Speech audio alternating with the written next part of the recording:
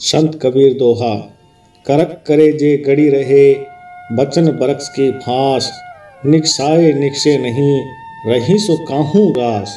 संत कबीर अपने दोहे के माध्यम से कह रहे हैं कि वाणी रूपी पेड़ के कांटे मनुष्य के कलेजे में चुभ गए हैं। वह रुक रुक कर पीड़ा करते हैं। वे किसी के निकालने पर भी नहीं निकलते। वे भावुकों के दिलों में चुभकर रुके हुए हैं। यहाँ वचनों के कांटे के अर्थ आध्यात्मिक एवं व्यवहारिक दोनों में लगते हैं। प्रसंगानुसार मुख्य अर्थ आध्यात्मिक वचनों के विषय में ही है। भूत प्रेत देवी देवता आदि समस्त चमत्कारिक अवधारणों के विषय में मनुष्य ने धर्म ग्रंथों से जितने वचन पढ़ तथा सुन रखे हैं वह उनके हृदय में पूर्णतः चुभ गए हैं। मनुष्य धर्म के नाम पर जो बात सुनता है उसे मन में धारण कर लेता है और उन्हें सत्य मानकर जीवन में उतार लेता है। और सबसे ज़्यादा व्यामोह प्रभु वचन एवं आप्त वचनों का है।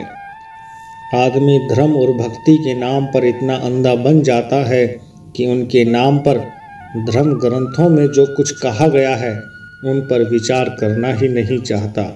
चमत्कार, अंधविश्वास एवं पोगापंथी बातों पर कसौटी लगाई जाए, उन्हें परखने की बात की जाए तो लोग पाप होए ये कहकर कानों में उंगली लगा देते हैं और भाग खड़े होते हैं या लड़ने लगते हैं। तब ये बात चरितार्थ होती है, निकसाए निकसे नहीं, रही सो काहूँ गास।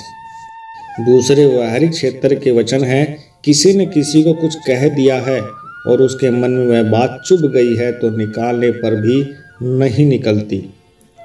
ये सब अविवेक का फल है। जिसके मन में विवेक है, परख है, उससे ऊपर किसी का घास पास नहीं लगता। न वह धर्म और भक्ति के नाम पर अपनी बुद्धि को बेच देता है, न किसी के वचन बाण से व्यथित होता है। किसी के भला बुरा कह देने से हम क्यों पीड़ित हो।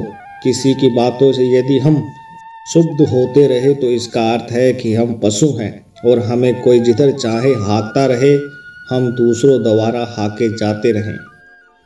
यदि हम हर बात पर विवेक कर दृष्टि से सार तथा असार का निर्णय करते हैं तो हम मनुष्य हैं, और यदि हम केवल दूसरों द्वारा हाके जा रहे हैं तो पशु हैं। इसलिए संत कबीर कहते हैं कि धर्म भक्ति के नाम पर पशु मत बनो। जो बड़े बड़े विद्वान लोग आपको कहते हैं उन बातों की परख करो, सत्य और असत्य को परखो।